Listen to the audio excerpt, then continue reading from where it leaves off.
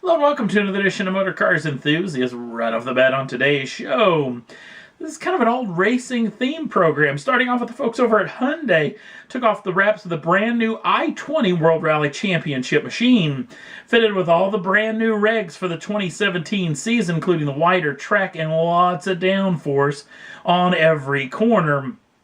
Now, this vehicle will be taking on all comers as it takes its first official laps in anger in Rally Monte Carlo, which is just over a month away. I've already seen this vehicle in testing.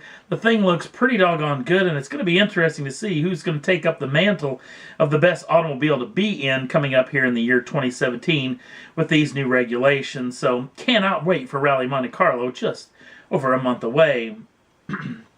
Next up on the list, has been a long time coming, but a big congratulations to Jimmie Johnson. He now becomes the only third person to ever say that they're a 7-time NASCAR champion. The two others being the late great Dale Earnhardt and, of course, the king, Richard Petty. But Mr. Johnson's done this in the most competitive era that NASCAR has ever known. And the sheer fact that he's done it with the same make of automobile, the same owner, Rick Hendrick, the same title sponsor for the automobile, and the same crew chief, that being Chad Knaus, is hugely impressive as well.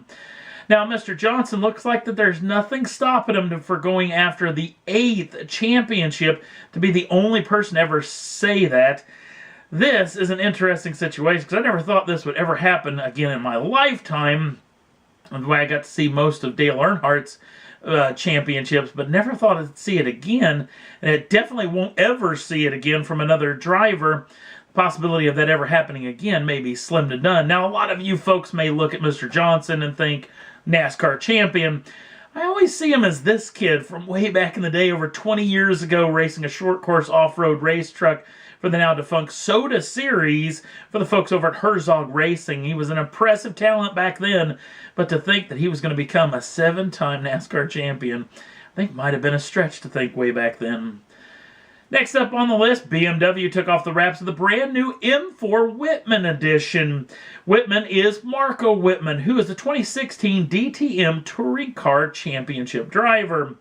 Now, Mr. Wittmann, BMW, building this car for him himself, comes with a lot of M4 goodness, of course, including that 3-liter turbocharged inline-6, making 425 horsepower, 406 pounds-feet of torque. That is shifted through a 7-speed dual-clutch transmission. The vehicle actually can do 0 to 60 in just 3.9 seconds with a top speed of 155 miles an hour. Mr. Wittmann himself actually picked out a lot of the BMW goodness that went on this machine out of the old catalog, including a lot of carbon parts, the rear diffuser, the rear spoiler, and a lot of interior pieces as well.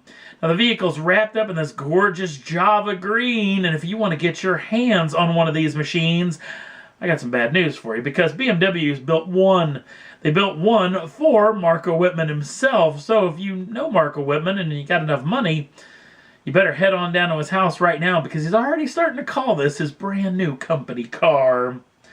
Next up on the list, back at the LA Motor Show, Mazda took off the wraps of their brand new prototype that they're going to be racing in the WeatherTech Sports Car Series. Now, this particular machine is called the RT24-P. It comes with a 2-liter turbocharged 4-cylinder, making over 650 horsepower. Pretty impressive indeed, and it's going to be a very fun time, the 24 Hours of Daytona, where this vehicle will make its debut. Not only is it Mazda taking on the new prototype class, it's Cadillac as well, cutting off a near 15-year lump where they weren't at the top level of this series. This is the brand new DPi-V R. Now, this vehicle too makes well over 600 horsepower, but it does it in a very different way, using a 6.2-liter normally aspirated V8 like out of the 3rd generation CTS-V. I tell you what, I can't wait for this 24 Hours of Daytona, this new prototype class, the GT class, all the other line classes are going to be pretty doggone fun to watch. Well, we talked about Jimmie Johnson. Let's talk about the series itself, NASCAR. NASCAR has only had 3 title sponsors, or I should say 2 until now. Now they have a brand new sponsor. heading into the 2017 season. The first one being R.J. Reynolds and their Winston brand that started up the Winston Cup deal.